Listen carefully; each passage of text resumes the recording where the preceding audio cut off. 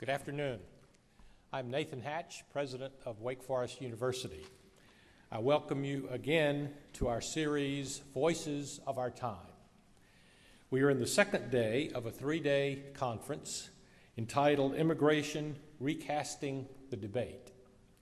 Together, we're exploring the challenges of the U.S. immigration issue with some of the nation's leading immigration policy experts and scholars.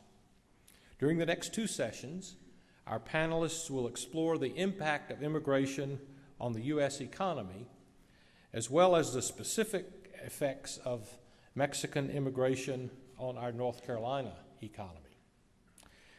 I note that Alan Joines, the mayor of Winston-Salem and a great friend of higher education, will be introducing the next session.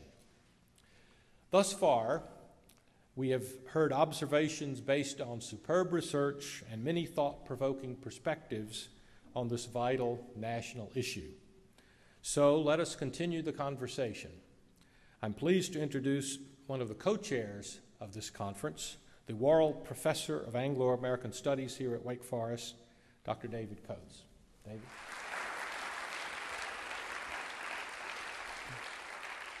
Ladies and gentlemen, you are most welcome to this, the third session of the Thursday. We turn now to the political economy of contemporary migration. And to guide us through this crucial aspect of our general theme, we are fortunate to be joined by two of the most prestigious and widely respected scholars in the appropriate field. Our first speaker, Gordon Hanson, is the director of the Center on Pacific Economies and professor of economics at the University of California, San Diego. Professor Hanson has published extensively in the top academic journals of the economics discipline, and his most recent book is entitled, Why Does Immigration Divide America? Public Finance and Political Opposition to Open Borders. Professor Hanson. So I'd like to thank Wake Forest University for the opportunity to be here with you today and to address this issue, which has really captivated the public imagination. So I think the reason a lot of us are here is not just because of immigration in general, but because of illegal immigration in particular. It's the fact that there are 12 million unauthorized immigrants in the United States that has brought the issue to national attention and created the political debate. So the simple point I want to make to you today is that we've arrived at this situation because of conscious choices that we've made. It's not an example of a system that's broken. It is a system.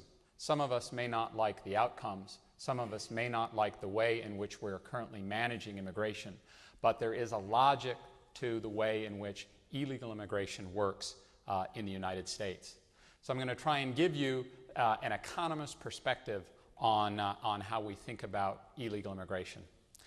So to do that, what I'd like to do is divide my remarks into two parts. First, I'm going to be talking about the causes of immigration and the causes of illegal immigration in particular.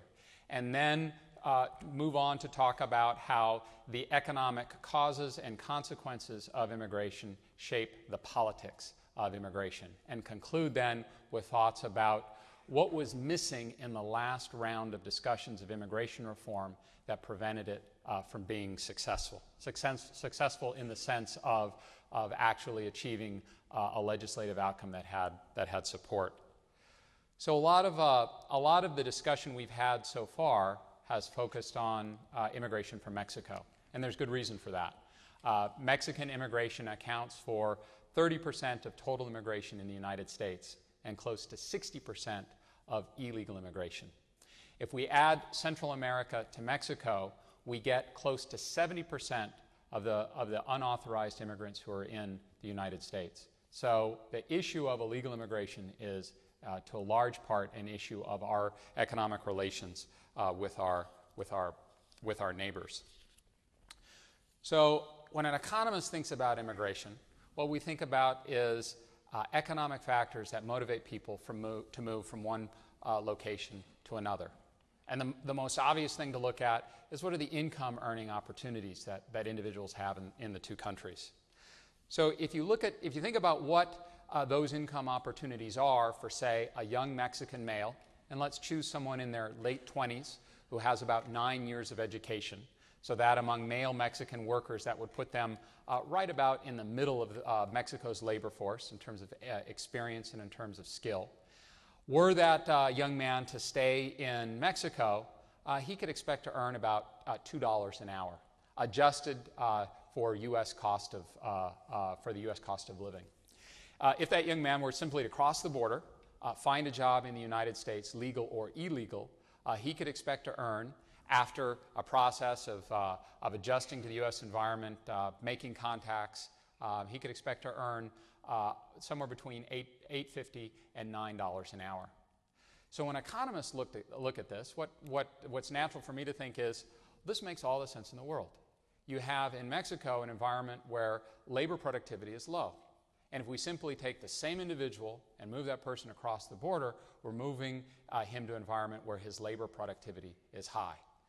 So simply from a perspective of economic efficiency, what you want to see happen is to move labor from an environment to an environment where it can be most effectively utilized.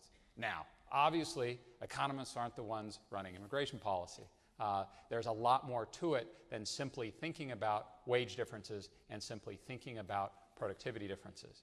But I think it's essential that we keep in mind that this is a driving force behind immigration, and it's also an important factor in terms of why immigration from a global perspective is a good thing.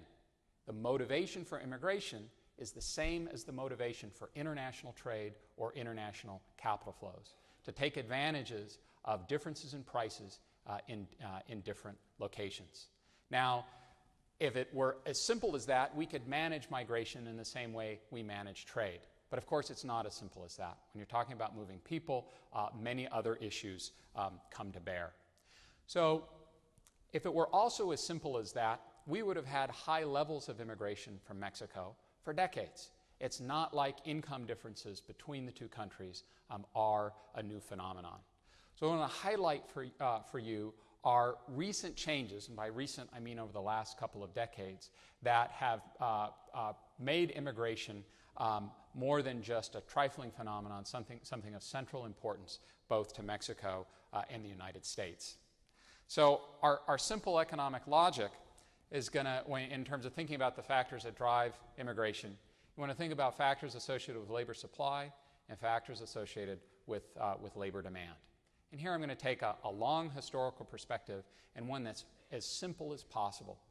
Think about what's happened to U.S. labor supply over the last 50 years. The dominant fact was the U.S. baby boom.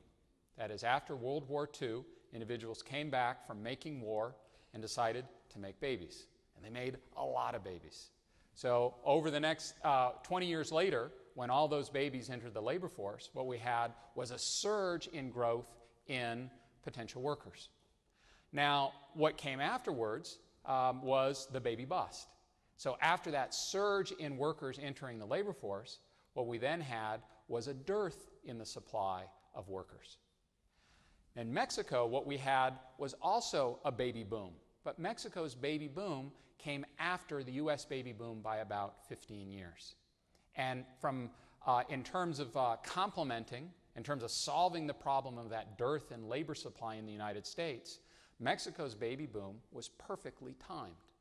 So that is, Mexico's baby boom really takes off in 1960.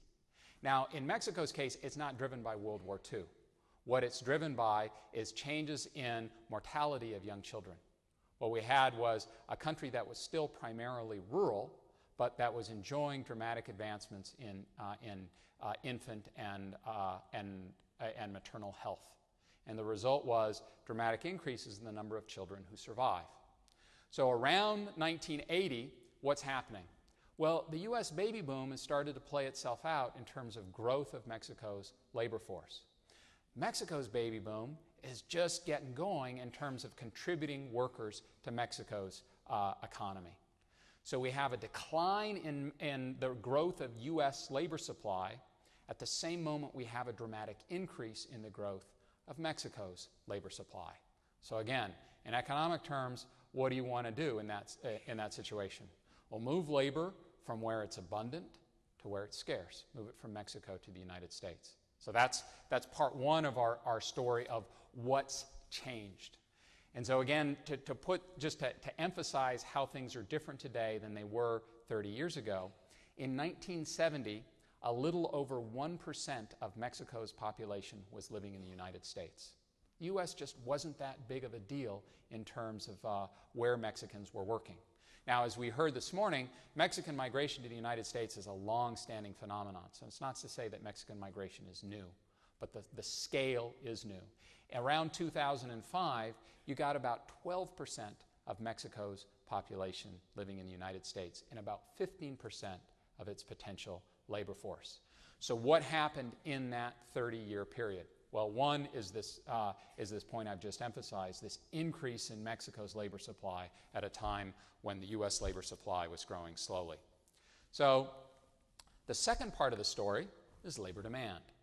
Around 1980, what happened was Mexico's economy, after a couple of decades of decent growth, entered a period of stagnation. And we can mark the date, August 1982. That's when Mexico's Minister of the Treasury called up the U.S. Secretary of the Treasury and said, sorry, but it looks like Mexico is on the verge of defaulting on its loans. From that point forward, Mexico experienced about a decade and a half of tremendous macroeconomic instability, marked by three major currency collapses, 1982, 1987, and 1994.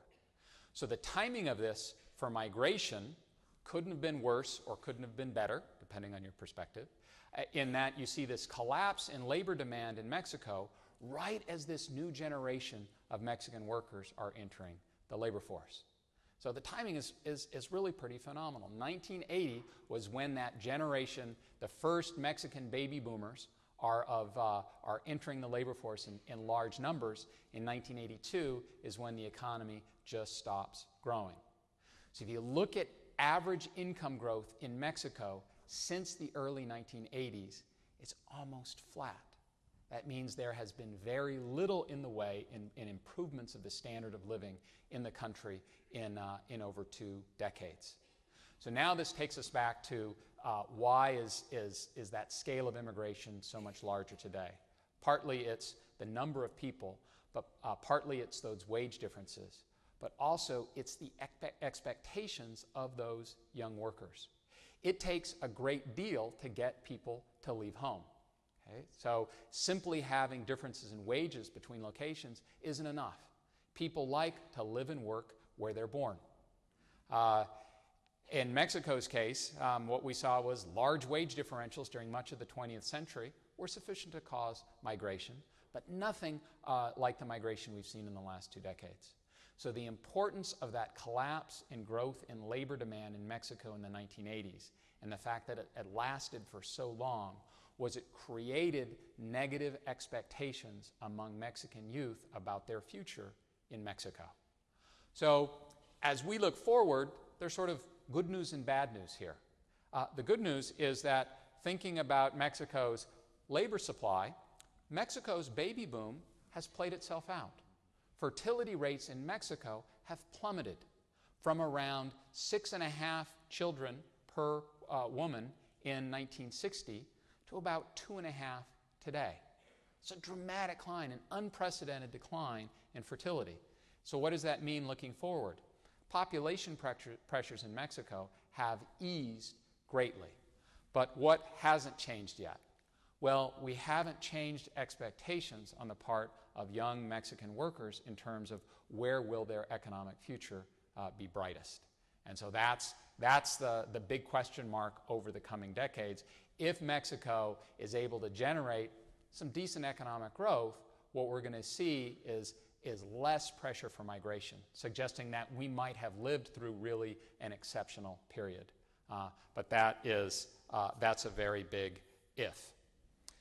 So that's one part of the economics of migration, is simply about population pressures. What's happened to labor demand and labor supply at a national level in Mexico and the United States.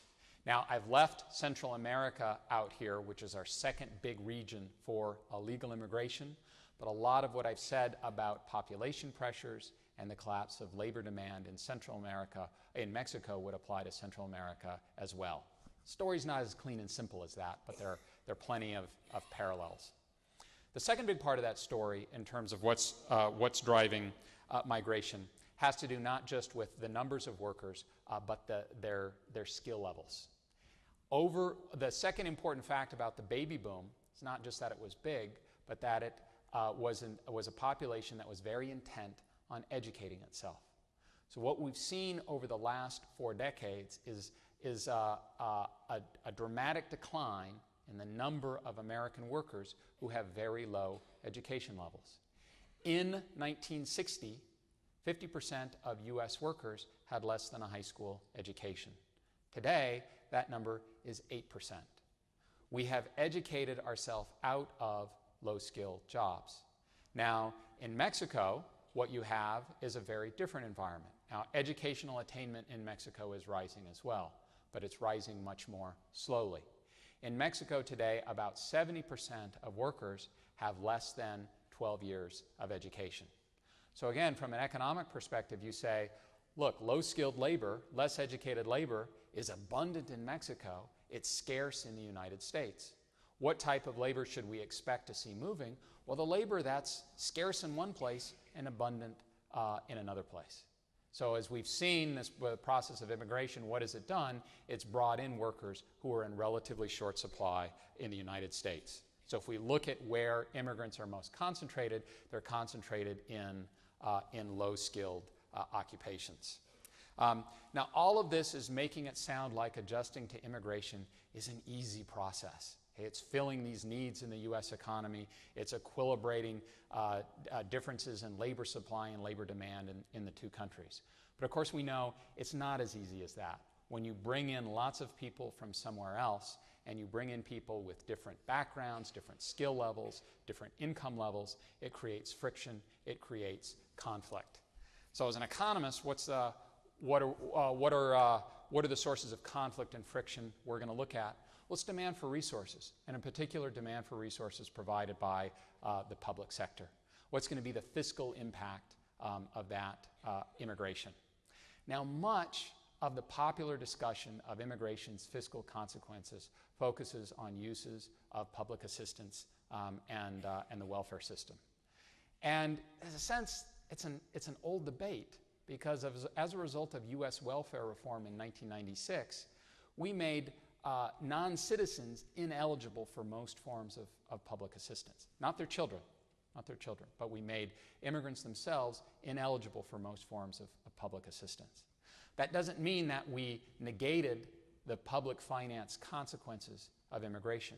What we've brought in are lots of young people who are having kids. And what do those kids need to do? They need to go to school. So again, we've got this aging baby boom population, which says we're done with paying for our kids' education. You've got this young immigrant population, which wants to send their kids to school, and that's created demand for public resources, in particular for school finance, which puts pressures on taxpayers. And when you're asking one group of taxpayers to pay for services that another group of taxpayers is going to receive, you're going to get conflict. So public education is where we see this conflict most markedly. 47% of school-age kids in California today have immigrant mothers. That's really a profound fact. So what fraction of state tax revenues are paid for by immigrants? A much lower percentage. So with all the economic benefits of immigration in terms of bringing in labor that's in short supply in the United States, we also have conflict over resources, which is what adds to the political conflict. So to step back then and say, what are the consequences? Who's winning and who's losing from immigration? In the winners category, we have employers who are getting access to lower wage labor than they would have gotten access to otherwise. We have consumers who are able to buy goods and services, in particular non-traded services, house care, child care, yard care, home construction, at lower prices than they would otherwise. And we have lots of evidence to support that, that employers and consumers are benefiting from immigration. We also have the migrants themselves who are left out of the debate oftentimes because they're individuals without a country. They aren't represented in the sending country in Mexico, nor are they represented here. The lion's share of the gains from migration go to the migrants. So now, as an economist, you say, well, it doesn't really matter. From a global level, we're getting, there are improvements in economic efficiency that come from migration. What does it matter who gets it? Well, in terms of the politics, it matters a great deal who gets it. As far as the losers, what we have are two groups. Workers who compete with immigrants for jobs, not all workers, but in particular, workers who compete with immigrants for jobs, and taxpayers who pay for public services that immigrants use. Now, let's add all of this up and see what the net impact on the U.S. economy is. So I'm not going to take you through the calculation in brutal detail, but reasonable estimates are going to come up with a net income gain to the U.S., that is, adding those gains to U.S. employers, those gains to U.S. consumers, subtracting off the income losses to workers who compete for immigrants, is going to come up with a number that's on the order of 0.2% of U.S. GDP. 0.2% of U.S. GDP. Now, could it be 0.3? Sure. Could it be 1/10? Sure. Could it be 10 times that figure? No. Now, what about those fiscal consequences? Again, back of the envelope calculations that are subject to lots of caveats. A reasonable estimate would put that fiscal cost at about 0.3% of U.S. GDP. Could it be 0.4%? Sure. Could it be 0.2%? Easily. Could it be 10 times that figure? No. So then we add that 0.2% to that, subtract off from that 0.2%, that 0.3%. What's our net impact? 0.1% of GDP. Now, that number is so small, you can't say with any confidence that it's different from zero. So what does that mean? The net economic impact of immigration in the short run looks to be very, very small. Now, the politics, however, are not about that net impact. The politics are about the winners and losers. The politics are about the groups that feel that they are negatively affected, wanting to change the current environment. So how does this then shape how we think about the process of immigration in the United States? Well, what we have then are groups who want immigration to happen, employers in particular, who've been vocal advocates of low-skilled immigration for decades now, and those who are opposed to immigration. And this is a diverse group. It includes individuals who are concerned about illegal immigration because it's illegal, so your law and order crowd. A group that's concerned about the tax consequences of immigration, so we can think of as our fiscal conservatives, our anti-tax crowd. Those workers who feel that they are negatively affected by immigration. So you've got groups on one side saying, employers saying we want access to this labor, groups on the other side saying, no, that unfettered immigration is bad for us. So what do we get? What we get is a compromise. And that compromise has resulted in a two-tiered immigration system. So you can think of that first tier as being what is our system of legal immigration. That legal immigration is regulated by quotas and by what you can think of as a selection criterion. That is saying, what are the types of individuals we're willing to admit to the United States? When it comes to legal immigration, that means family members, and primarily, and secondarily, higher skilled individuals. What's special about those folks? They have observable characteristics that make them desirable as immigrants. They're family members or they're skilled. Now, what about other folks? People who don't have those observable characteristics, but whom we still might want to admit as immigrants because they're going to make a valuable contribution to the U.S. Well, in the current environment, they're relegated to illegal immigration. What's the logic there? Well, illegal immigration isn't easy. right? It's physically taxing, it's economically taxing. If you want to cross the border and you're going to pay for the services of a smuggler to do so, it's going to cost you on the order of $2,000. And once you're here, it's not like you can have a free and easy existence. You need to make sure that you don't get arrested. You need to make sure that you don't create too much of a public spectacle of yourself. So there are constraints on your behavior. And what does that mean? We've designed illegal immigration in a way that selects individuals who come here because they're motivated to work. You aren't going to get public benefits. You got to pay money, and you got to pay. Expend time and energy to cross the border. So our current system is designed to select people who are motivated to be part of the U.S. economy. Now, the fact that they're illegal means they don't get access to many benefits, and that mitigates the fiscal consequences of immigration. So there's a logic to it. Now, a lot of folks may look back and say, fine, there's a logic to it. I still don't like it because it's illegal. Well, if you're going to generate political support, and here's my closing point. If you're going to generate political support for reform, you've got to replace it with a system that preserves the logic of the current system. If you want to get rid of the illegality, you've got to maintain the mechanisms that help attract motivated workers who want to play a positive role in the U.S. economy, which is what our current system of illegal immigration does right now. So the current proposal that we just battled through last spring involved a closing of the border, the granting of an amnesty, and the expansion of the temporary immigration program. It didn't generate sufficient political support to pass. So what was missing in those proposals? Well, I would say three things. One is burden sharing. That is that there are fiscal consequences from immigration. And if a reform package doesn't address those fiscal consequences, it's going to face opposition from individuals who feel like they pay the tax bill of current immigration today. The second thing reform was missing was flexibility. It is one of the great things in terms of the economics of illegal immigration is that you bring in the workers U.S. employers want, when they want them, and where they want them. They're a very flexible labor force in terms of their timing, in terms of their occupation, and in terms of where in the country they show up to work. If you want to replace that with a temporary immigration program, it's got to be flexible.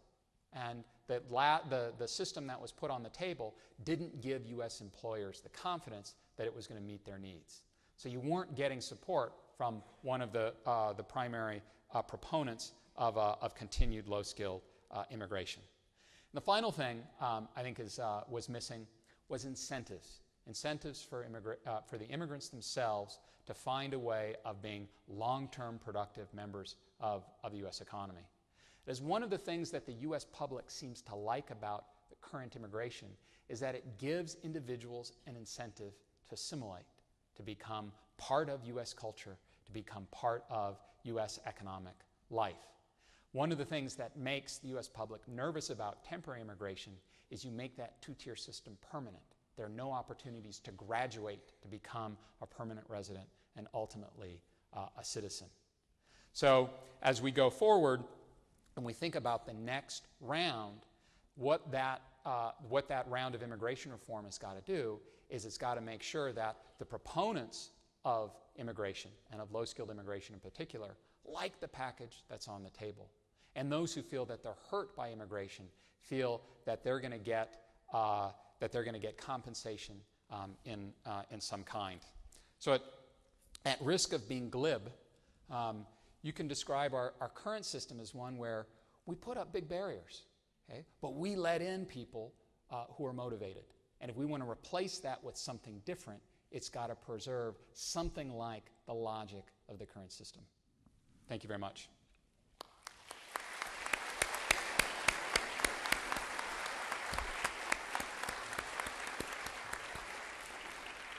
Thank you, Gordon. There's much there to talk about later on. Thank you. Our second speaker this afternoon is Alejandro Portes, who's a Howard Harrison and Gabrielle Snyder-Beck Professor of Sociology at Princeton University. During a long and distinguished career, Professor Portes has taught at many universities of distinction, including Oxford University, Johns Hopkins, Duke, and the University of Miami. He has written and published widely. His work is extremely well known and respected, and amongst his best-known publications are The Economic Sociology of Immigration, and with Ruben Rumbart, the very widely used Immigrant America, a Portrait. Professor Portes, you are most welcome. Thank you. I think that that's a tough act to follow, and there are many points, I think that many points of convergence. I will be presenting less figures than words, not because we sociologists do not use a lot of figures, but for the purpose at hand, I think that it would be interesting to begin with some citations. This is what Teddy Roosevelt had to say back in 1918. There can be no 50-50 Americanism in this country. There is room here only for 100% Americanism, only for those who are American and nothing else. It is a common observation in the sociology of immigration that periods of high immigration are invariably marked by a tide of nativist resistance that characterize the ways of newcomers as a threat to the integrity of national culture and a source of decay of the qualities of the native population. These pronouncements are commonly issued by both crusading journalists and pundits, Our Broken Borders at 6 p.m. on CNN every day, and by academics who cloak it in the garb of scientific knowledge. The statement by Teddy Roosevelt back at the beginning of the center is exemplary of that genre.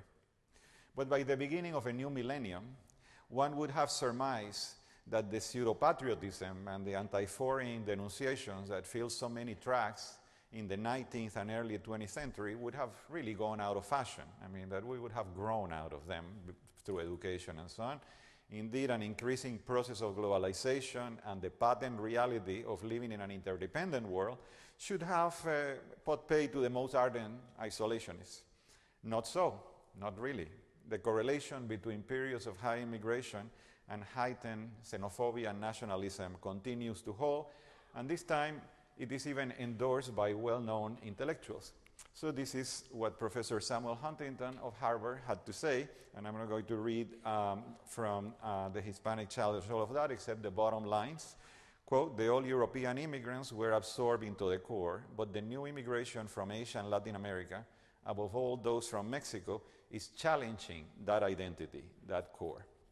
Echoing Madison Grant, the author of the Passing of the Great Race, published in 1916, the new defenders of national purity expressed the fear that the foreign element in the past or present will end up Germanizing, Italianizing, and these days Mexicanizing America. Indeed, good chunks of the country were in their time Germanized and Italianized, and these are celebrated today as integral parts of American history and key elements of what makes this a great nation. The fears expressed by Huntington and his followers, I surmise, are likely to go the same way. There is indeed no small irony, if you think of it, in the ambivalent portrayals of immigration to America in the past and at present.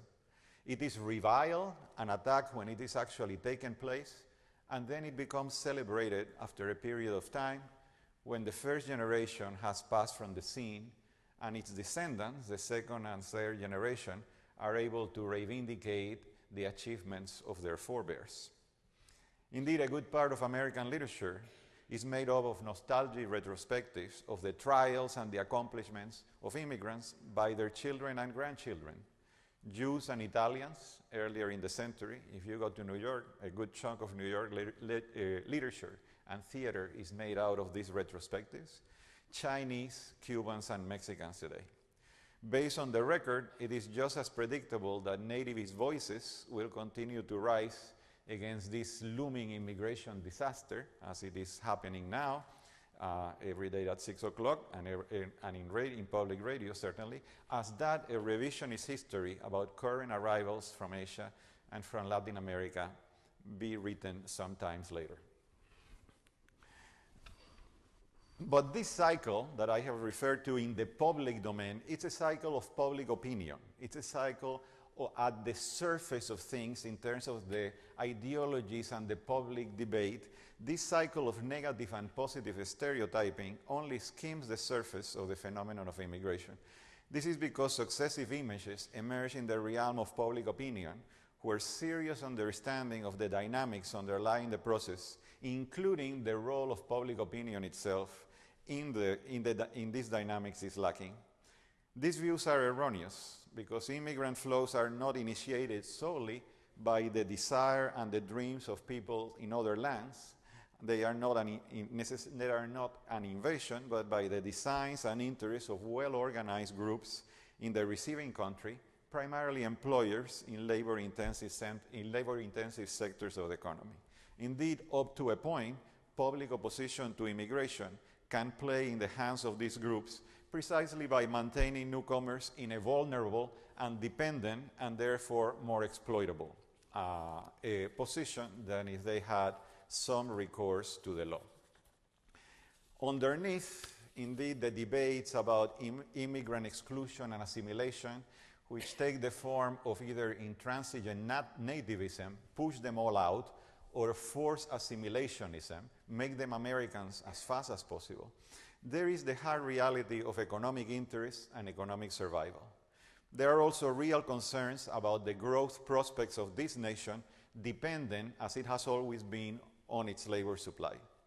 In the post-industrial era, the American labor market has become increasingly bifurcated into an upper tier of professional and technical occupations that require advanced credentials and to which the baby boomers and their children usually crowd because they require, and a lower tier of manual occupations requiring mainly physical strength and a few skills in large sectors of the American economy such as agriculture, construction, the food industry, and personal services. This is a quote from the US Congressional Budget Office summarizing a report about the future labor needs of America. And it says, as you can see, that the US economy faces a demographic challenge to its future growth.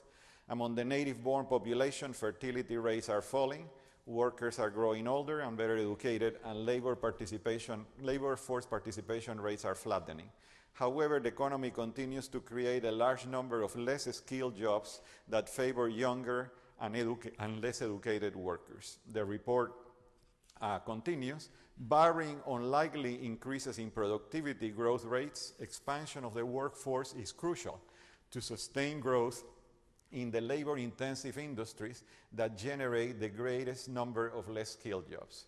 So in a sense, the labor supply for those sectors of the American economy is being squeezed by a pincer movement that is, I think, outlined previously by Professor Hanson, declining fertility rates, less workers on the one hand, and rising education, less workers to perform menial, low-paid service at the bottom of the economy, especially as those jobs become stigmatized. So it's a pincer movement that leaves that. By reason, in a sense, labor immigration provides the answers to these needs of the American economy. Clearly, by reasons of size, geographical proximity, and history, Mexico became the real labor reservoir for the American economy. It needed to be a large country to do that. This huge economy of ours, surpassing at present of latest estimate $13 trillion, which is more than the 15 largest European economies combined, generates a huge labor demand at both ends of the hourglass, at both ends of the labor market, at the top and at the bottom. Mexico is not really a poor, but a middle-income nation.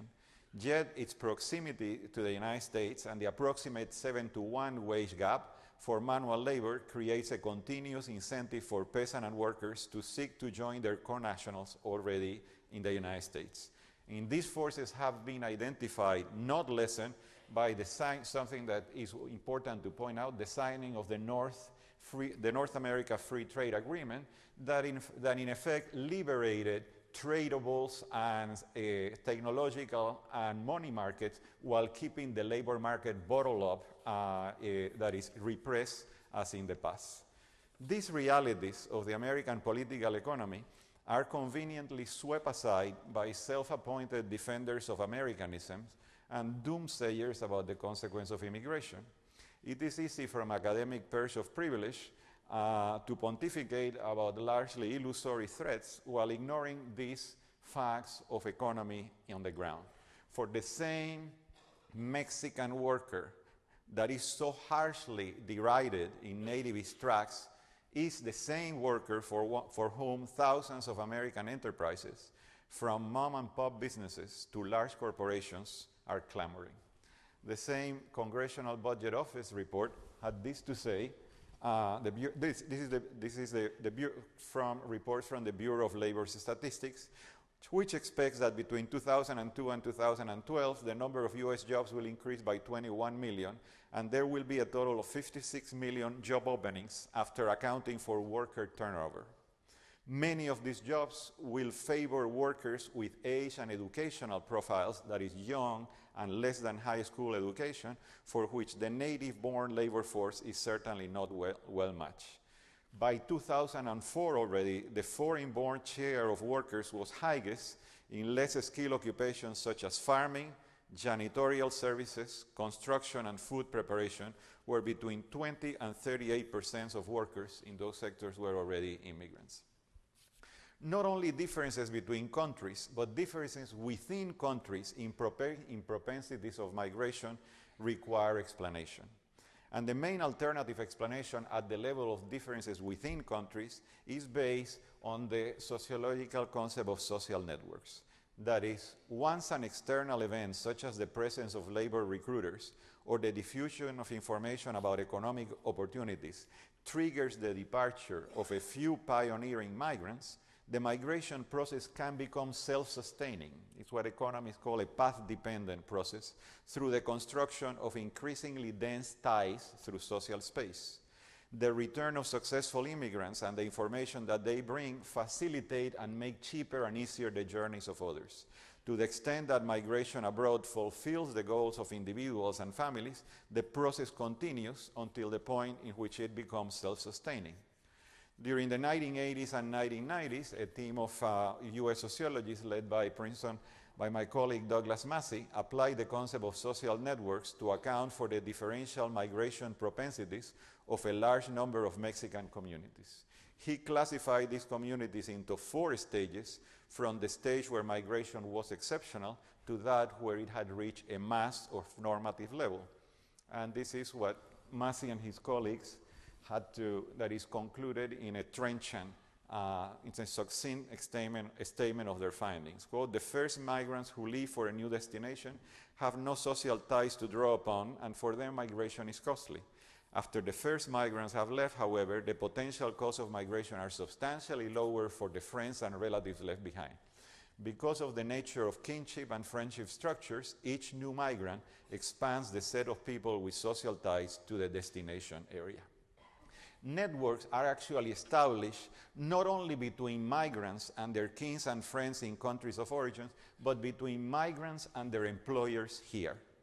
Every time a building contractor or a restaurant owner approaches one of his Mexican or Central American migrant workers for a referral, every time the manager of a corporate chain contacts one of his cleaning subcontractors for additional services, they mobilize networks that run deep into Mexico, Central America, and other sending nations.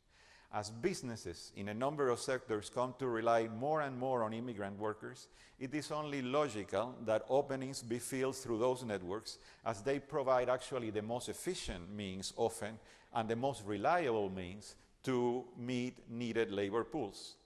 Indeed, if we see the problem of labor supply, on the one hand, the desire of these migrants, and the huge labor demand in this economy, the fit between the needs of thousands of US firms for manual labor and the motivations of Mexican and Central American workers to take these jobs as a means to fulfill their life's aspirations is so strong as to defy up to today any attempt at repression. Build fences at the strategic places in the border, and the flow just moves elsewhere, braving the desert and death if necessary, as we have seen. build more fences, and tunnels will be built under it, or they will be bypassed in other forms. So the peculiar gap, we are facing here a peculiar gap between the public discussion of ideologies, that is, send them out, repress it, and so on, and the realities on the ground. That is a flow that continues and that is welcome, if not by everyone, certainly by key sectors of the American economy. This is what I would call the disconnect between the left side of the ideologies, the public discourse that we hear, and the realities on the other side of an hourglass labor market requiring this kind of labor force, the structural need for foreign labor at both ends of the markets, and the social networks that keep this machine together with great resilience despite repression. Restrictionist cries for enforcement of the border have moved Republican and Democratic administrations alike to pour more and more money into the Border Patrol during the last 20 years in a vain effort to stem this labor flow. What is the result? By 2005, the Border Patrol had become the largest arms-bearing branch of the federal government, except for the military itself, with a budget of about $2 billion. The country has precious little to show for this massive expenditure in personnel and equipment. The flow from the south of the border gives no sign of abating. Every year during the last decade, the Border Patrol reported around 1 million apprehensions and deportations. The figure oscillates over more or less 1 million. A repeated trial models by my colleague Thomas Spenshade calculated about 15 years ago the possibility of apprehension at the border in any single trial at about a third, 0.33. But immigrants try and try again, so that by the third try, almost every migrant manages to cross successfully. Although Border Patrol apprehension statistics are really not persons but caseload figures rather than actual individuals, the high probability of successful entry after repeated trials makes them actually a conservative estimate of the size of the unauthorized flow every year. Spenshade estimated that while the correlation between apprehensions at the border and the actual size of the unauthorized immigrant is very high, it's about 0.9, the flow exceeded apprehensions by a factor of 2.2, that is more than double. More recent estimates by Massey and others indicate that despite the massive increase in the size of the Border Patrol, the probability of apprehension at the border in any one entry has actually declined from that 0.33 to about estimated about 0.2 at present. Why the reason for this decline is that you just keep spending all this money at the border, increasing the Border Patrol, building the fences, and migration not only continues, but the probability of apprehension in any one try increases. The main reason for that decline is that as border enforcement has increased, unauthorized border crossing has become more professionalized and has shifted to more remote points.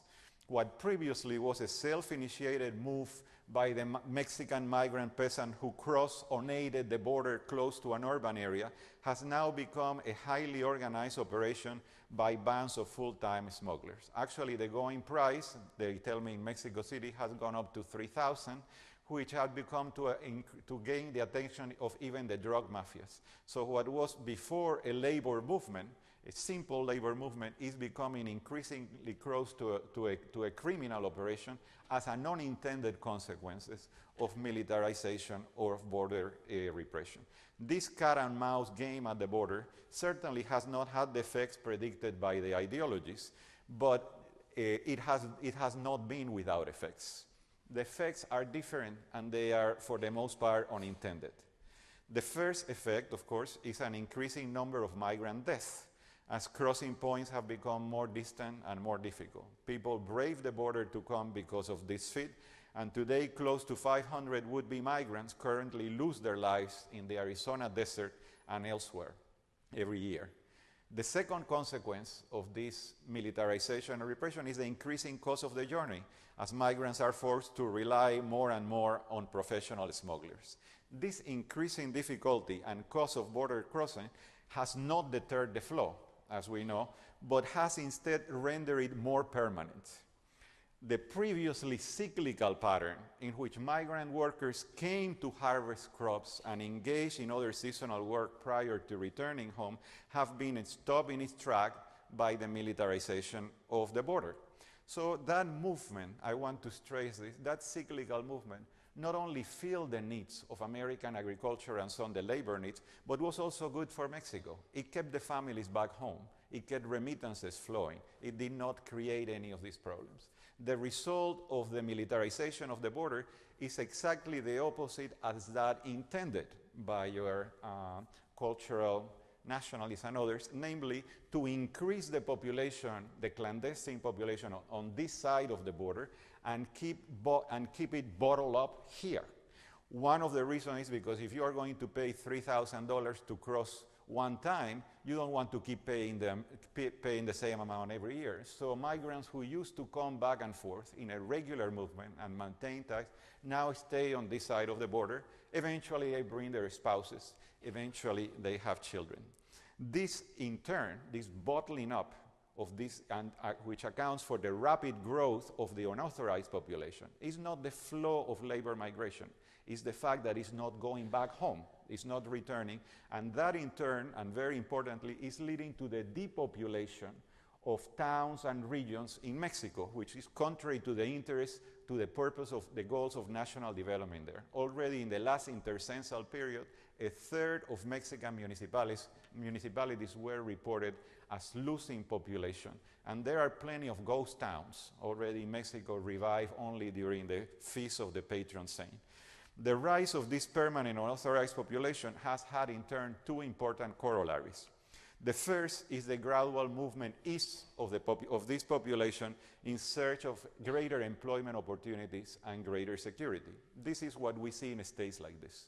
That is the move east of the, so this mass demographic movement has transformed what was purely a regional phenomenon, undocumented immigrants mostly in the Southwest and Midwest, into a national one. Only 15 years ago, unauthorized immigrants were found overwhelmingly in the southern states plus Illinois. Today, they are present in all 50 states and increasing numbers along the eastern seaboard, as we have seen in states like North Carolina, Tennessee, Georgia, and so on. So, come to reflect of that. Repression and militarization, so dear to the self-appointed guardians of national integrity, ends up having exactly the opposite effects as intended, creating a permanent population in a situation of disadvantages, turning it from a regional to a national phenomenon. The second and more serious consequence, how are we doing on time? The second and more serious consequence is what happens to the children of this migrant population. The decision of unauthorized workers who cannot return to bring their families along is the key factor underlying the emergence of a second generation that is growing up in conditions of severe disadvantage. This is not necessarily for meeting the labor needs of the economy, and it's not desirable for Mexico either. It's an undesirable consequence of keeping this population bottled up here. Children of these migrants do assimilate as they grow up to American values and aspirations, but with very limited material and social resources to achieve them. Evidence from a number of recent studies, including the Children of Immigrants longitudinal studies, show very clearly that these youth are at risk of downward assimilation, compounding the spectacle of poverty, despair, and crime in the nation's inner cities. The percentage of children of Chinese and Korean immigrants that by age 24 have been arrested or incarcerated for a crime comes to about 0%. The percentage of children of Mexican and Central American immigrants who by age 24 has run into the law and have been arrested or incarcerated for a crime comes to about 20%. Compare that figure with the percentage of African American youth aged 18 to 40 incarcerated between ages 18 to 40, which is 26.6% nationwide. So with about 16 years more to go, we are looking at clear consequences of this pattern of a second generation growing up in conditions of severe disadvantage. This self-fulfilling prophecy is, in my view, the gravest consequence of the repressive policies of the past. But despite their patent failure, ideologies in Congress and so on claim for still more fences, a sort of Chinese wall around the United States to keep all foreigners, and especially Mexicans, alive, especially Mexicans, the citizens of a Christian and friendly nation with which the United States has signed a treaty for free trade and increasingly close economic integration. There is, it seems to me, a better way, and it would consist in bringing the unauthorized labor flow above ground and regulating it. As seen previously, by reasons of history and geographic location, Mexico has become the de facto low-skilled labor reservoir for the American economy. So you cannot do an immigration reform program that is universal and concerned with all categories. You have to do a bilateral labor management program with the active cooperation of the Mexican state.